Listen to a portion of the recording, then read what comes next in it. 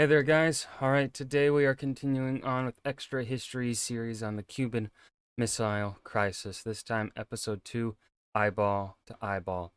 Now, again, I am going to preface this video and the next several videos again with that my reactions may still be lackluster. Literally just brought home my dog's ashes like 10 minutes before starting recording today. So, yeah, I don't know what exactly you can expect from me. So again, I would like to point you in the direction of my Trope Talk reactions, and really any of my reactions over 40 minutes long. So yeah, but with all that said, let's go ahead and dive right in. It's October 22nd, 7 p.m. Camera equipment clutters the Oval Office. 3, 2, 1. The president is live, announcing to 100 million Americans that there are nuclear weapons in Cuba. Within the past week, unmistakable evidence has established the fact that a series of offensive missile sites is now in preparation on that imprisoned island. To halt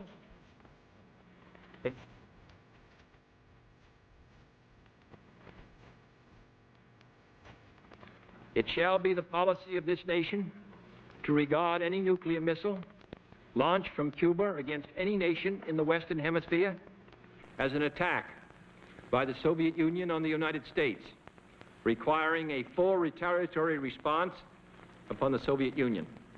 The U.S. military goes to DEFCON 3. Missiles and bombers can launch within 15 minutes of a presidential order. The clock ticks another minute toward midnight.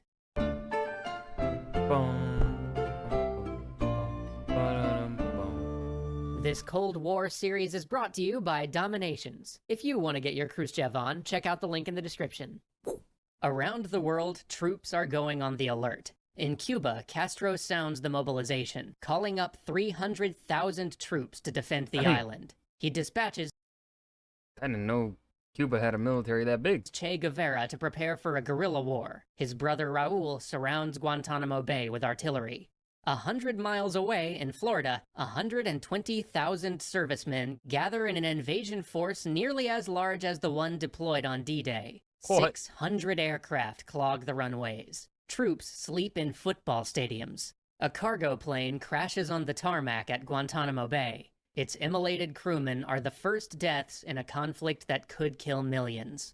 In Moscow, the Presidium is buckling down for an all-night meeting. First, Khrushchev issues a statement calling this so-called quarantine an illegal act of piracy. He knows that the term's a rhetorical dodge. Kennedy can't call it a blockade because that would be an act of war. But illegal or not, Khrushchev orders his missile freighters to turn back toward the Soviet Union. He can't risk them being boarded. The other freighters, the ones delivering food and fuel, will continue on. Let Kennedy inspect those, it'll only embarrass him. Their submarine escorts will hold position just outside the quarantine, ready to move in case war breaks out. One freighter, Khrushchev decides, should steam on ahead as planned. Kennedy has delayed the quarantine a day in order to seek international support, and in that time, the freighter full of warheads can still make Cuba. It pulls into a rural port just before dawn. Soviet troops carefully unload its cargo and distribute it to the holding bunkers. Cuba's missiles now have teeth. At 12:05 p.m., 6 U.S. Navy jets take off from Florida, tearing over Cuba at 1,000 feet. They are low-level reconnaissance craft, meant to provide detailed pictures of the missile sites. On the ground below, Cuban anti-aircraft crews are unnerved and itching to strike back. Were those recon aircraft or strike fighters? Were their positions currently being marked for elimination? At 7:06 p.m., Kennedy officially signs the quarantine authorization, but there's a problem. XCOM is still debating how the Navy will enforce it. The Navy thinks it's simple. They will challenge every ship to stop for inspection. If the ship doesn't stop, they'll fire star shells. If it still doesn't respond, they'll disable its rudder and board it. If they encounter a submarine, they'll use practice depth charges to force it to surface. Hearing this, Kennedy goes white. Firing on Soviet ships could start a battle. A battle could lead to a war, and a war might mean nuclear annihilation. He dispatches the Secretary of Defense to keep watch over the Navy's war room. There must be no shooting. The Navy was treating this quarantine as if it was their objective to sink ships, but this operation should be meant to communicate with Khrushchev. This isn't whack-a-mole, it's sign language with destroyers. That night, Robert Kennedy sneaks into the side door of the Soviet embassy. It's a back channel that the Kennedys have used before. Robert asks if the Soviet ships will stop when challenged. The ambassador, uninformed about the missiles and with no orders from Moscow, says that they will not, and furthermore, stopping them will be an act of war. On October 24th at 10 a.m., the first suspected weapons freighter is scheduled to hit the quarantine line in minutes. XCOM anxiously waits for news. Then, a message. The Soviet missile freighters have turned back. "We're eyeball to eyeball," says the Secretary of State, and I think the other fellow just blinked.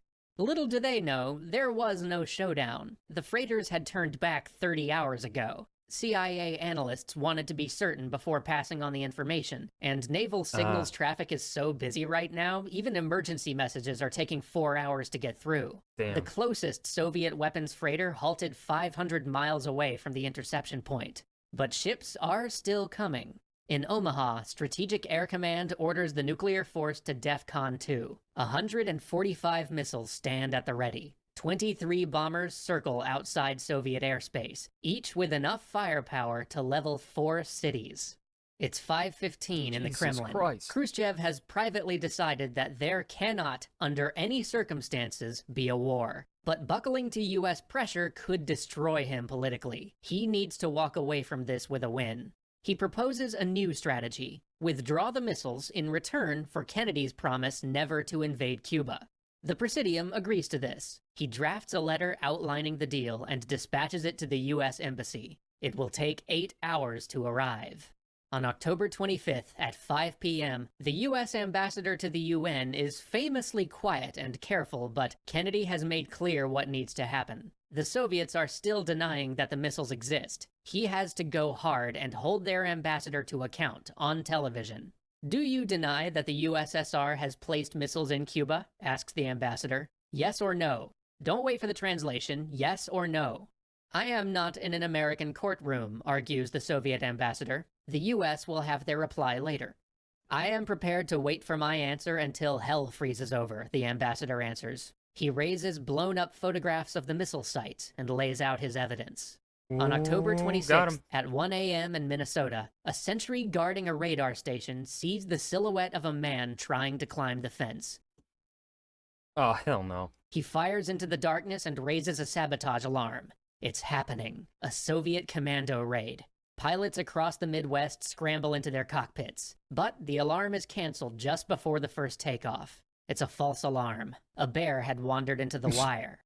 At 7:50 a.m., the U.S. Navy boards... Y'all didn't have, like, spotlights or something to confirm what you were seeing?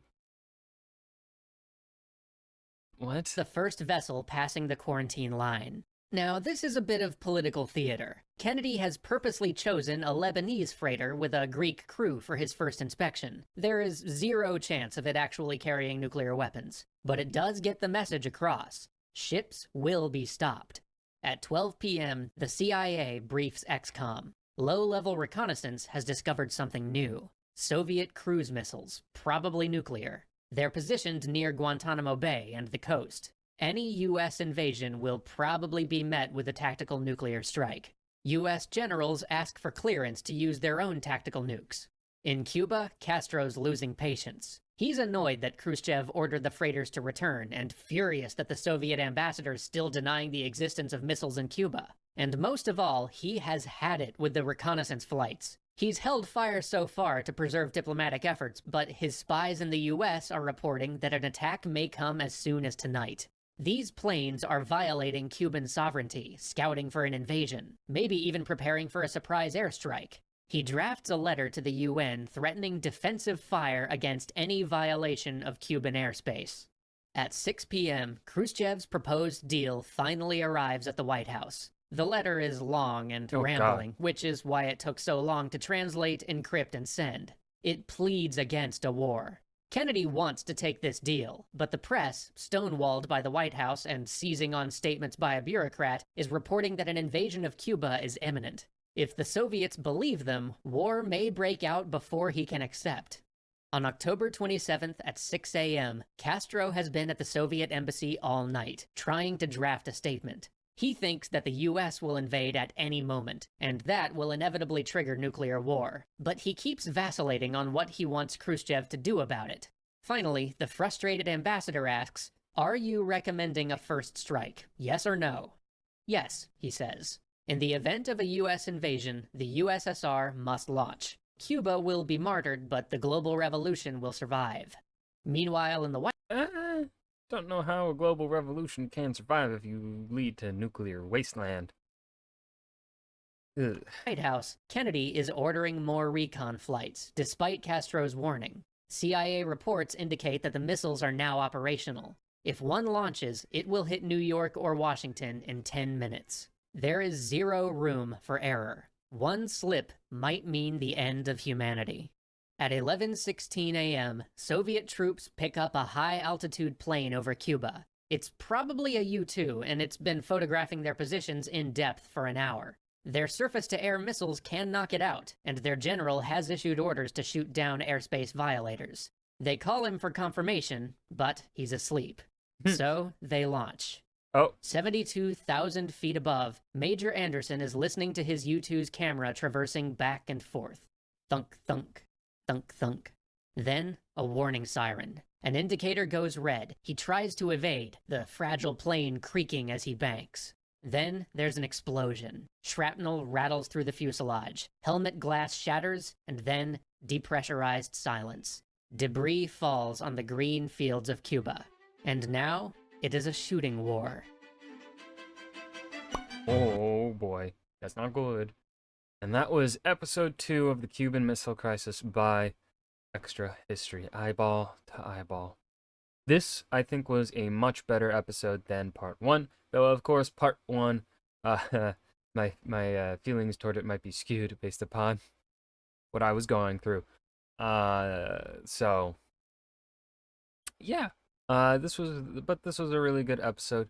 I hope you guys enjoyed. Remember to hit that like button and subscribe for more. And I will see you guys in the next video. Peace.